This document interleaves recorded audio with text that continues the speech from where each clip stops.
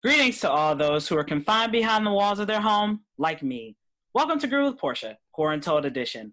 I'm your host, Portia Booker, and yes, this is my real name. Groove with Portia targets those who are curious, eager, and hungry for new information that can aid in their personal and professional development. Malcolm X once said, "Education is the passport to the future, for tomorrow belongs to those who prepare for it today." Never stop learning. Be a sponge for the rest of your life. Before I jump into my topic for today, I want to introduce my guests.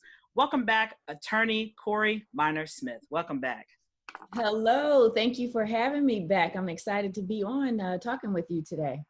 I'm always excited to have you. I love your fire. I love your passion. I love your drive. And I love your LinkedIn posts. I follow them to the T.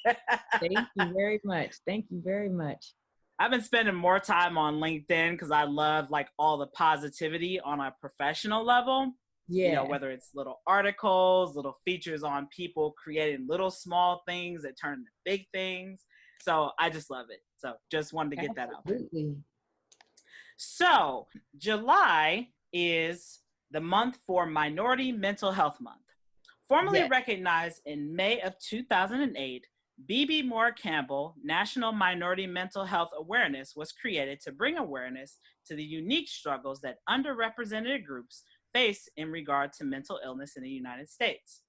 B.B. Moore Campbell was an American author, journalist, teacher, and mental health advocate who worked tirelessly to shed light on the mental health needs of the Black community and other underrepresented communities. Wow, good history lesson. Yeah, absolutely. I always wondered appreciate that information being shared because a lot of people may not have ever heard of her. She is now deceased, but many may know or remember her daughter, who is an actress, Maya Campbell, and she was on a show back in the early 90s, In the House, that featured or starred LL Cool J and Debbie Allen. And she was one of Debbie Allen's two children on the show, the daughter, Maya was. And it was on that show that Maya, or during, you know, the taping and recordings of that show, when she was working on that show, that she started showing or exhibiting signs of mental illness. And so her mother in real life, B.B. Moore Campbell, became a strong advocate for mental health awareness through, you know, efforts to help her daughter live a healthy life with severe mental illness. That's amazing. I never even heard of her until I looked that up. Mm-hmm. And I said, wow, Minority Mental Health Month, because I'm always curious how months get associated with different health observances. Right. So that's how I was like, oh, wow, this is how this came about. So, I mean, let's dive in, Corey. I mean, mental health has been a big topic, especially now where, you know, the whole thing with George Floyd, you can't forget about COVID, and then these other little small fires that keep popping up, from the Breonna Taylors to now Rayshard Brooks. I mean, mental health is there. I mean, we're struggling. Yeah. We all got so many emotions. So, I mean, what do we do? I mean, what are some ways to, I guess, kind of detox a little bit from the news, but also still get those emotions out in a more healthy way? Right. Well, number one, we have to recognize that the things that we watch, the things that we listen to impact our mental health, right? And ultimately your mental health can impact your physical health. So, I mean, number one, I think of just it being necessary to turn off social media, to turn off the news, take a break from it, because it can become overwhelming. And when you look at the bigger picture of this, and it seems to be an eruption of, you know, the protests and emotions and anger and efforts to address racism, it's not just an eruption for right now. If you think of it in terms of a volcano and all the pressure that builds up in a volcano over years and years and years before there's an actual volcano eruption, that's what I see with this situation. So if we think back or look in our books, well, you may not see it in your history books, which is another issue, but research on your own. What is the significance of 1619, the year 1619? What is the significance of that? Well, as you look back into your history, and the New York Times did a 1619 project just last year in honor and Mm-hmm. recognition of the first 20 or so slaves that were brought to this country. So we can say our existence here and what we know as the United States was in 1619. And we did not come here free. We didn't come here as pilgrims or any other colonists. We came here as slaves to do the labor of this country. And unfortunately, it is horrific to see some of the images of what our ancestors were subjected to as slaves. They weren't looked at as humans. We weren't even in the Constitution as full citizens in this country. So if you look at it from that perspective, since 1619 to now 2020, and all of the images, all of the stories, the Emmett Tills, the civil rights movement, the Rodney King in my generation, and all of the people who have suffered at the hands of vigilantes or law enforcement or just hate groups. And now we have women, Black women, whose names are not being said when they die, where those who unjustly killed them have not been brought to account for those murders. Like you mentioned, Breonna Taylor, you have Sandra Bland, and there's a host of other women, Black women. And there's a whole movement separate and apart from this, and say her name, hashtag say her name. So again, thinking of all these different stories that you may have heard, and maybe some of them you haven't, but the video and the pictures that go along with it are horrific, and it impacts your mental health. You know, it wasn't until I went to see Just Mercy, because that's based on a true story, I felt my adrenaline rushing through my body, my heart just racing. And it felt like it took over an hour for me to calm down from that, just watching that movie. Think about what that is doing to your mental health if you keep watching things like that over and over and over again. It can cause you to be depressed. It can cause you to have nightmares, or perhaps impact your appetite. So I strongly suggest that individuals take heed to what they are consuming visually, audibly, through the hearing, and understand how it could impact you on your day-to-day. You may not realize it at first, but as you keep seeing these things, you may come to a point where I can't watch this anymore. I can't watch this anymore. And unfortunately, in this case, for many, they're just now seeing what Black people have been seeing for years. And unfortunately, it took watching a man literally die right before our eyes while he had a knee on his neck and two other grown men on the rest of his body. And he died right before our eyes. That is traumatic. And as I said, from 1619 to 2020, we're dealing with generational trauma. And there are specific ways that the generational trauma has impacted specifically African Americans. I agree, Corey. I mean, you touched on a lot. You know, one of the things I will say is, you know, when it comes to, you know, this generational trauma that we've endured from 1619 all the way up until 2020, the thing about now is that social media keeps repeating. You know, social media is 24/7, you know. So, you know, it's just one of those things. You know, Corey, when it comes to social media, that's the big driver right now when it comes to all the protests, all the images, because the internet has everything, at least majority of things that we know about. So it's like people can constantly get updates from news, from Facebook, from Instagram, Twitter, whatever their social media platform of choice. So it's like, I tell people all the time, I detox all the time from social media. I go on Facebook strike all the time. Like, you may see my little icon show that I'm online, but I'm not actually scrolling through my newsfeed.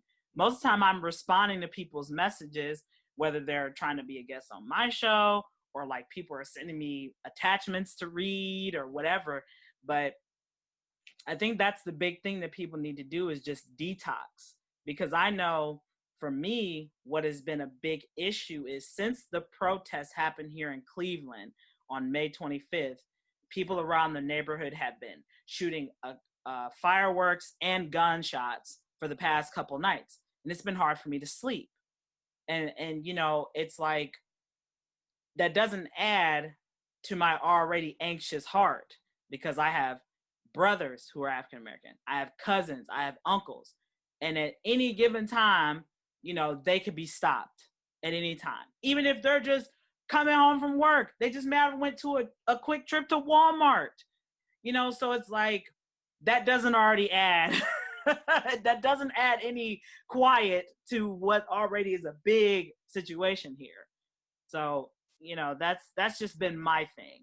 Yes. And in regards to the fireworks, is there some meaning behind that? Because it seems to be going on in various locations around the same time frame.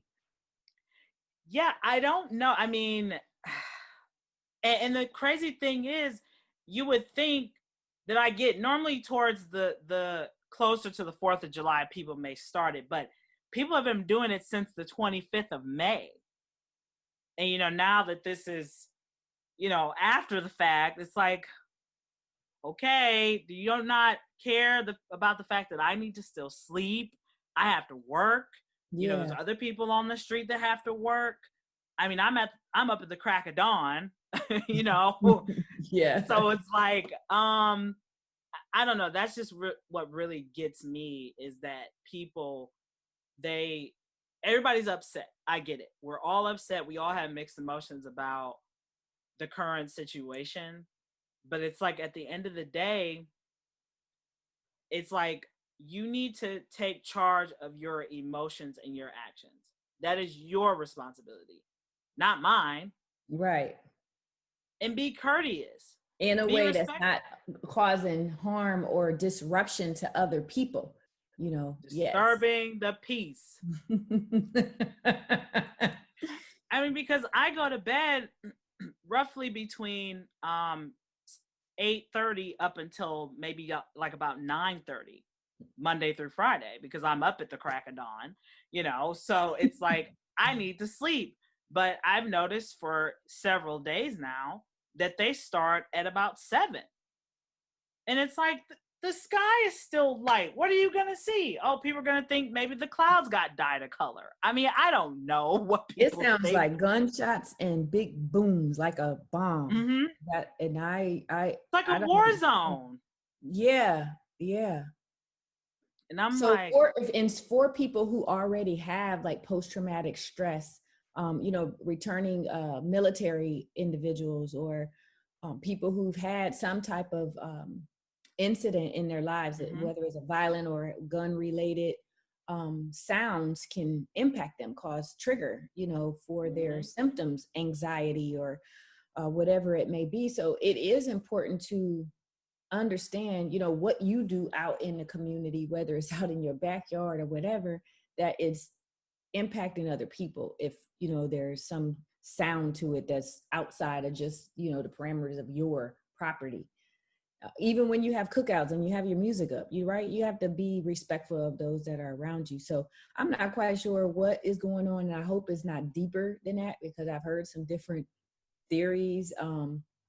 But I hope that's not any deeper. I do too. I hope that they figure it out. They, you know, nip it in the butt, and we can go back to kind of like focusing on the big picture.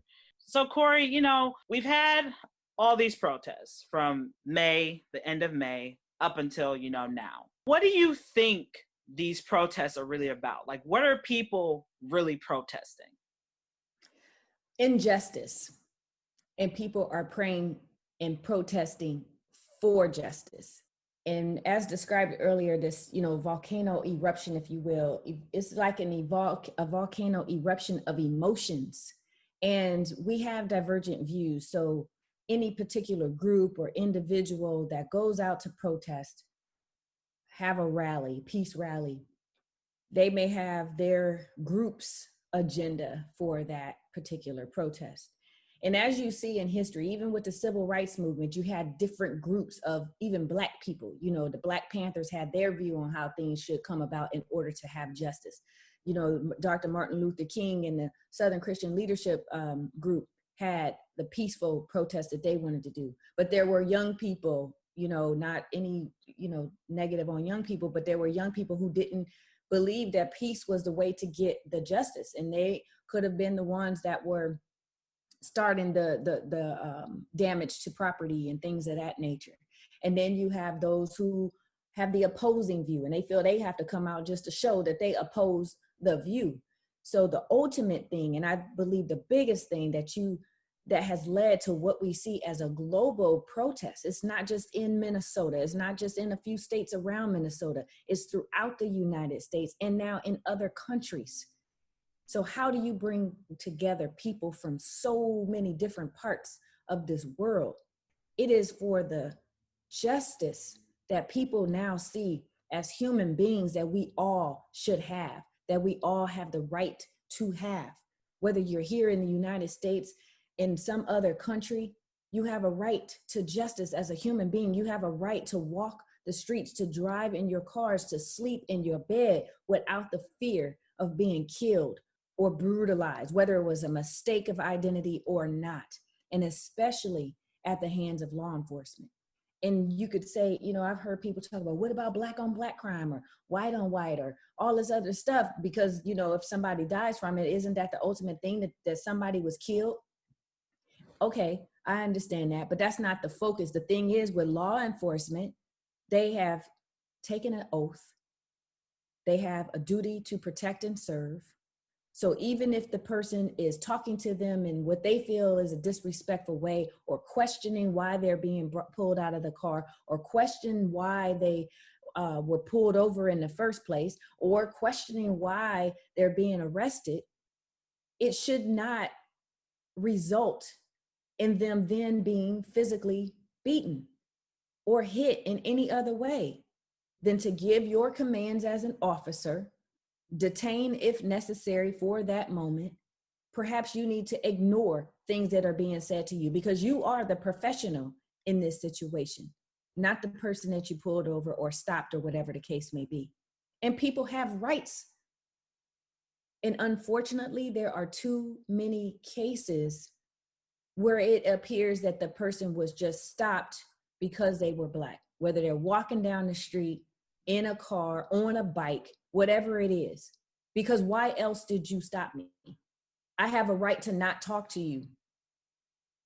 So when you see that over and over again, anybody, you don't have to be Black, anybody sees that over and over again, you can't now just dismiss it as a few bad apples, or a few that are doing more than they should have done, or just a few that, you know, violated company policies.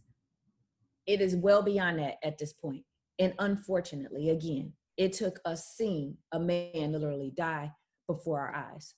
You know, I brought up Rodney King before because that was my generation, you know, in the early 90s, and Reginald Denny, because that was wrong too, to pull that man out of the truck and beat him like that, because it was clearly because he was white, many would argue. But with Rodney King, there was video. It may have been the big VHS recorders we used to carry on our shoulder, but there was video.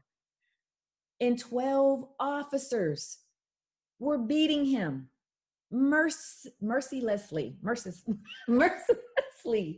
beating him with batons and whatever other objects they had. And they were all acquitted.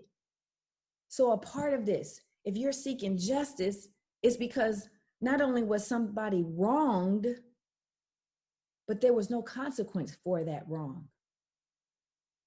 So again, since 1619, Black people have lived in fear, in terror, have been brutalized, have been horrifically dismembered, to be an example for other Black people to stay in their place.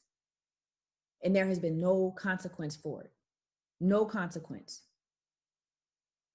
Black people have not built up a relationship over the years to trust law enforcement to address their issues and concerns when they have been beaten, threatened, terrorized, have crosses burned in their yards, whatever it was, and the matter not be addressed. And then you have, and that's just with people, non-law enforcement, but then you have law enforcement. Our tax-paying dollars are paying for their salaries. And there's no consequence when it appears to the lay person that there was excessive force and ultimately death. And unfortunately, too many times it's just been from a traffic violation. Sandra Bland. It's an unfortunate thing to see, but ultimately, over all of these years, I believe people have gotten it now. And that is what has brought people together for justice. And now it's justice for all of these years that justice was not invoked, that there have been no consequences to these horrific acts. Now is the time that people have come together for that, despite all the little sidebar things that other people may do to distract away or to minimize the value of so many people coming together for justice. And Corey, you touched on a lot. And one of the things I want to come back to is where you talked about the Rodney King thing. Me and my mom just had that conversation. And you compare what happened to him in the 90s and then what happened to George Floyd here in 2020. Mm-hmm. There's a common denominator here, and that is these officers were not held accountable in the same time frame. It took how long before Officer Chauvin got charged with anything? Mm-hmm, mm-hmm. But then what, the CNN crew got arrested when they were reporting on the protests in Minnesota? You know, so it's like, we haven't come very far. And it also begs the question, what would have happened if there was no recording? That just happened to be somebody, you know, on that same street that night that Rodney King was beat, because that wasn't in broad daylight. That looked like it was a dark road somewhere in California. And they beat him like that. And they all were acquitted, no accountability for it. And then, yes, you know, with now the officers being charged, but just imagine, charged, go to trial. If they are acquitted, if people have come together like this for his murder, if they are not found guilty and serve some time, I believe there is going to be just even more of outrage, even more. Because it's like, how do you justify that? How do you justify that? How was that within the realms of your duties as an officer to detain someone when they are clearly already detained with 3 people, 3 grown men on his body? There was no way he was going anywhere, and he was already handcuffed. But needless to say, it is just an example of what has been happening for years. There is so much that we don't even know about because it wasn't recorded. Most of these things that have happened that we know about is because it was recorded by somebody and nobody knew that they were recording. Grown men, Black men, literally running and I don't recall where this was, but the police officer just shot him, just boom, boom. It just didn't make any sense. You would think like that is why people believe that we are hunted. Because it's like with the Ahmaud Arbery, just jogging, and vigilantes, you know, according to some reports, they were given permission, you know, if you see something wrong, go ahead and handle it. Law enforcement giving people the status of vigilantes because they approved of it. And in this case, it resulted in a Black man's murder. Breonna Taylor, my goodness, just sleeping in her bed. 8 of the 22 bullets that were fired into her home killed her. And that is terrible in and of itself. But what happened with the mother when her mother arrived on the scene was even worse, because it seemed to be intentional disregard, first of all, as her mother, but secondly, for the truth. She was directed to the hospital and sat there for 2 hours, and her daughter was not even at the hospital. She was still in that apartment, dead, and no one had told her mother. She goes back to the scene, and they still did not tell her that her daughter was in the apartment dead. So it's just unfortunate when you have those levels of mistruth and deception and cover up for a situation. So how does that make a Black person in America feel over time, where you see this again and again and again? One protest sign that I saw said, "Am I next?" If you walk through life each day feeling like that, am I next? Will I get pulled over and be misunderstood? Will I get pulled over and not given the opportunity to explain or ask or say anything other than what the officer tells me to do? That's stressful. That can lead to depression. And unfortunately, a lot of our Black men may feel depressed, but the stigma related to mental illness prevents us, Black men, from seeking treatment. Or we sense this feeling of we have to be strong. We can't let, some little stuff bother us. But the reality is, while it may seem little, those little things, like you said, little fires, can join together and burn the whole house down, i.e. you, your body. So you need to address these little fires as they come. Talk to someone. There are so many resources now, especially for those in the Black community. Help to minimize the stigma, but at the same time, and moving on from that effort of minimizing the stigma to actually seeking treatment. Because unfortunately, just in 2019, of the US adults that sought treatment for mental health issues and concerns, 41 to 43% sought treatment. But in the African American community, that's down to like 30% that will actually seek treatment for any mental illness or mental health issues or concerns. And I view that like going to the doctor, right? When you feeling sick, like got a real bad cold or the flu, you go to the doctor. It doesn't mean that you're chronically ill or have a fatal disease or something that you won't come back from. You're just getting help for that particular moment of not feeling well. And that's how it is for mental health.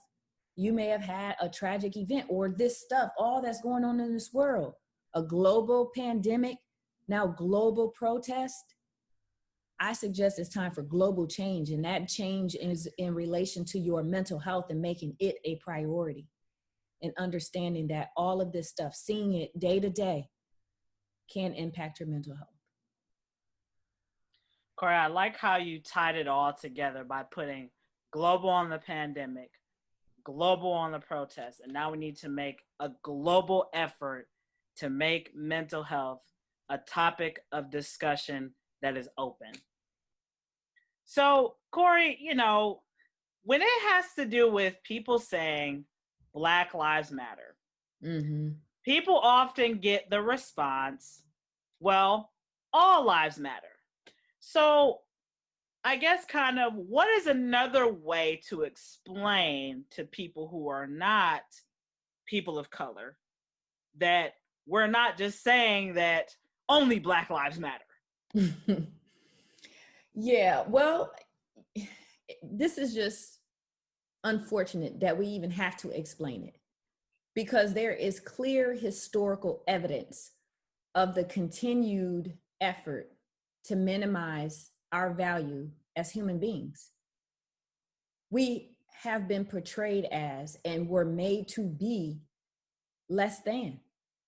How else do you enslave a person, beat a person, whip a person, lynch a person with no mercy, no care, no compassion, other than you view them as not even human.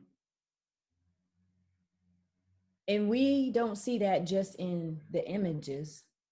We see that in the Constitution as it was originally written. Black people were 3/5 of a person. Now, you have people say that that's misinterpreted. But the point is, we didn't have the right to vote. And as a citizen of these United States, that's a right you're supposed to have. But we weren't even citizens. How? When we are human beings in this country. So I feel that even though the Constitution was amended,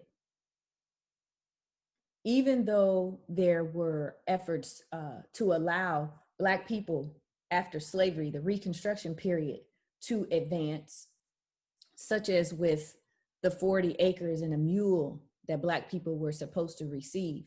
Some people, you know, I guess in my earlier years, I would have thought that was just Spike Lee's production company name, but it's a real thing. 40 acres and a mule. The land ownership in the South was to be redistributed to allow former slaves to receive 40 acres and a mule. Why? To help them in economic advancement. They have all these years lived with earning nothing.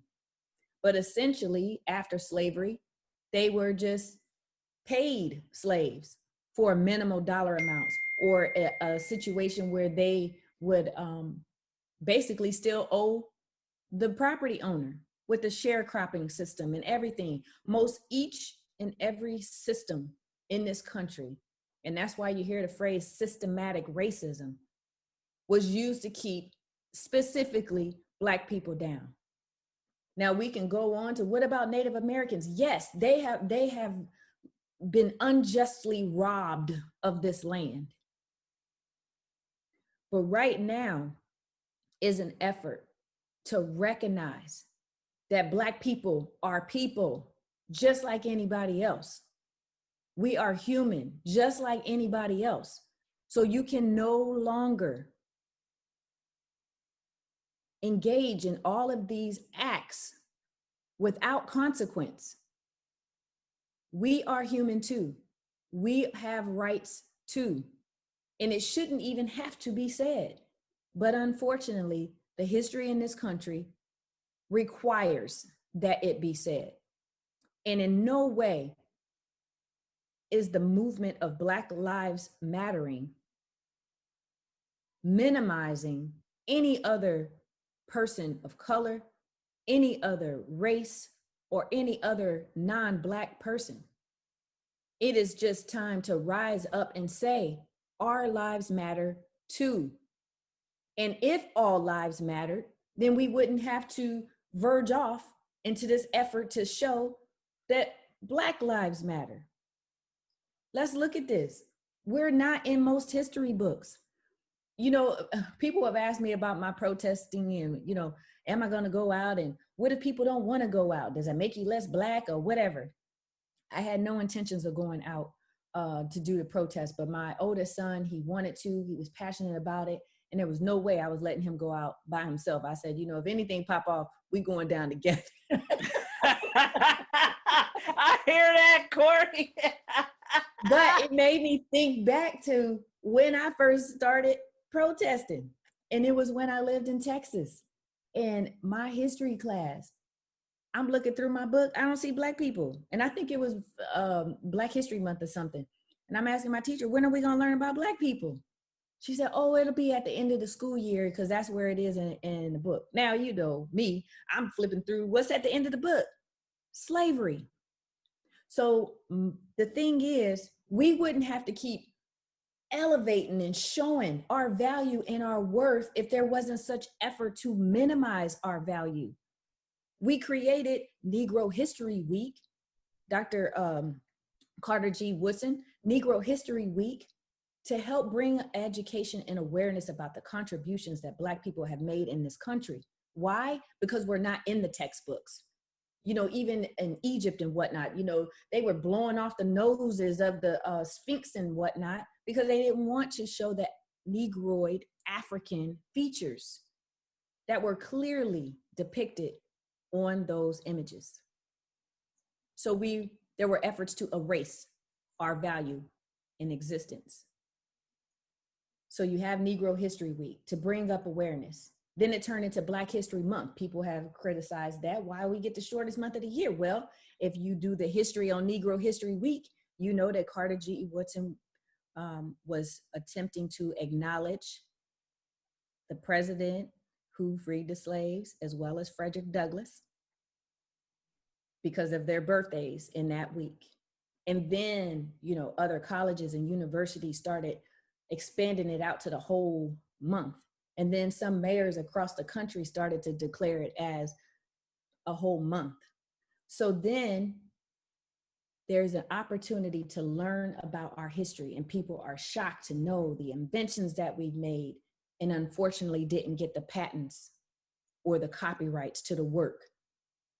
Our talents and skills have been exploited and stolen, and others have benefited from it. But it was a Black person that created it. You hear about the Madam C.J. Walkers and others who were able to excel. So it's important for us to know that our contributions to this country and to this world was much more than slavery. And that's why Black Lives Matter, because it was intentionally ignored and erased and not made a part of history. So we had to make our own Negro History Week, Black History Month, Kwanzaa even, to give us some cultural reference, because many of us don't know which country, which tribe in Africa we come from, because we were stripped from that. Even when they were first gathering Africans in Africa, they were stripped from their countries and taken to the clearinghouse, if you will, in Cape Town, South Africa, to be shipped out. Lost culture. So we had to establish something here to identify with, because clearly just by the color of our skin, we couldn't fully assimilate or even acculturate into this country and its values and systems. So it has led to systematic racism, institutionalized in our schools and our jobs, with the banking system, to designate where we could live, to not give us the opportunity for loans, to make it harder for higher education, all to keep the devalued efforts going. Corey, one of the things I want to ask in the follow-up about the history part, one of my other podcasts that I do on YouTube called Talk It Out Tuesday, I had a high school colleague of mine come on, and he's a poet, philanthropist. He's also a Muslim. And he talked about one of the other big changes that they need to do is with the education. He's like, why would our children want to be something when the first thing they learn about is you were once a slave? And when he said that, I started laughing and I said, wow. I said, he's so right. And he said, look at the way they have our history. They start off with Martin Luther King, then they jump to President Obama, and then what? He's like, that was 50 years in between. He's like, what about all the other parts of history that were mentioned? Yeah, because then that will give you some credence, some value. If you can make it that a person is nothing, what have they contributed? Why should they have rights? I mean, it's just efforts to devalue us as humans. So if you're not human, how could you possibly have invented anything? How could you possibly have written things that other people study from? Yes, there have been exceptional images of success. Ultimately, let's say the first Black president of these United States. There are so many Black people that could never imagine that ever being possible. But the positive part of it is that our children see it and they can say, why not me? Like, if this is their generation, they don't know necessarily about all the racism, whatever. They just see this Black man and it could be them. That's what's important about it. It could be any one of them. Unfortunately, some people like to choose the narrative that, look, there couldn't possibly be any more racism. When you have a Black president, or you have Oprah, or you have Michael Jordan, or you have LeBron, you know, naming these exceptionally talented people. And yes, but they have faced discrimination and racism too. And it is just time to acknowledge the history of this country, the ills of this country, in order to heal and move on. And unfortunately, it's just been generational and generational trauma. And one example of how generational trauma has impacted specifically the African-American community are the lessons that we have to teach our children once they're of age to be out and about on their own. Don't dress a certain kind of way. Make sure you have a receipt anytime you buy anything, whether it's a bottle of water or whatever, because you could be falsely accused of stealing.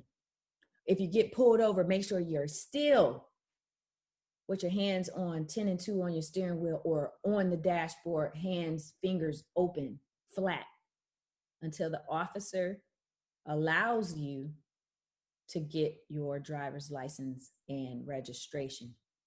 And don't you dare move too fast when you do it. Tell the officer each step as you're getting your driver's license and registration. And don't you dare have more than 2 people in that car. Who else has to teach their children those types of things? I don't know of any group. I don't know of any group. And that is sad. And then the children who hear this, well, why? Why is it like that? You know, I have 2 sons. Both of them they had their own experiences with race relations, but then the secondary trauma of seeing young men like them killed for no reason. You know, my youngest son, when Tamir Rice was killed, he didn't want me to come pick him up from right down the road, like 15, 20 minutes away from the house. But I'm like, why? He was so fearful when he called me. I'm like, why? Because they might pull us over and kill us. And I'm like, oh my gosh. My oldest son, he was going to go ride the bus to his grandmother's house. Came and woke me up from my nap and said, Mom, I'm just telling you goodbye. I love you, because I might not come back home. And it made me jump up like, what? Yeah, Trayvon Martin, he just went to the store and he didn't come back home. That's a sad way to view life. To know that at any moment you could be killed because somebody was threatened by how you look, or because you had a hoodie on, or because they mistook your cell phone or a can of Arizona iced tea or Skittles for a weapon. It's a sad way to live, and that is stressful. It can cause depression and ultimately trauma. Corey, I think it goes back to what you had said about the protest sign that you saw. Am I next? I feel like, your kids felt that, and it's unfortunate. You're right that we have to ingrain in our kids in this next generations to come. You have to check for this. Make sure you do this. Like, tell them every single step, like a manual. Mm-hmm. And a manual to stay alive, you would think. And then we see situations where nothing, you didn't do anything. Breonna Taylor, you didn't do anything but sleep. Atiana Jeffries playing a video game with her nephew in her house. Botham Jean eating ice cream, sitting on the couch in his house. How do you explain these things? And then that there's even any question of it being wrong. That's what really hurts, I believe, that there's questions of it. And how do they present questions? How does whoever it is, the media or whatever, by bringing up this person's any indiscretion in their history, any traffic violation or criminal charge that they may have had, as if that's to justify their death. That's sad. Mm-hmm. And when you know that you're going to be criminalized, when you're the victim, you can feel like you're just living in an uphill battle just your very existence, let alone your efforts for higher education, let alone to move up in your company, let alone to start a business. Just your very existence has the threat of losing your life at any time, falsely Yes. accused at any time, beaten at any time. And it's very, very sad. I agree. It is. And we got to change that, right? Global Global change. change. Global change. Absolutely. Thank you again, Corey, for joining me once again and spreading your expertise and giving our listeners some advice, and definitely hearing from you is always good. Whatever knowledge you have on life and mental health and really taking a step back and detoxing, right? Global change. Global change. Yes, yes, yes. I know we are going low, but there's just Facebook. I did this Facebook post, and it's not just about the police officers. On every level, there's an opportunity for change. And just the example of the Reddit CEO who resigned from his board seat so a person of color could be appointed. Given opportunities, because there are so many efforts that have minimized our opportunities specifically. And so I just appreciate you using your platform to bring more awareness about mental health and the importance of maintaining our mental health and understanding how environmental factors can impact our mental health, whether it's secondary trauma, just by seeing images of others being harmed and hurt, and you feel that yourself.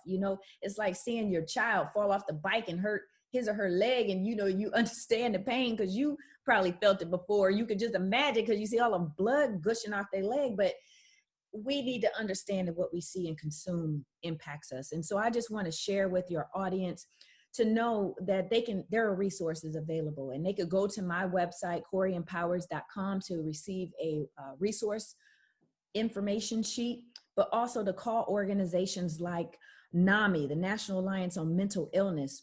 You can text NAMI, NAMI, to 741-741, or go to the website, nami.org.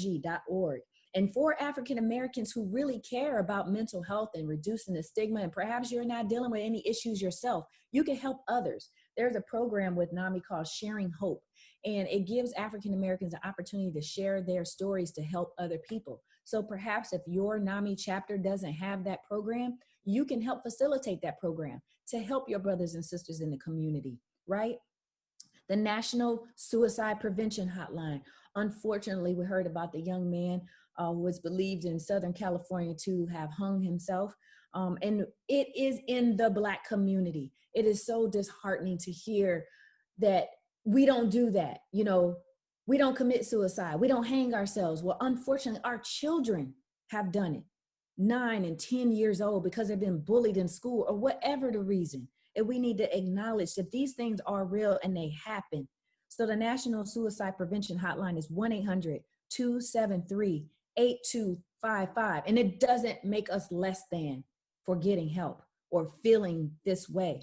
Domestic violence. People are safe at home, but some people are not safe at home. Some people have already been in torture and beaten in their homes. So if you are experiencing domestic violence or you feel like you might engage in it, 1-800-799-7233. And if you're in crisis, please, at any time, 24 hours a day, 7 days a week, confidential hotlines are what I'm providing to you. And another is the crisis hotline, 1-800-273-8255. And there are organizations like the B.L. Henson Foundation. Many are familiar with Taraji P. Henson. She started this in the honor of her father.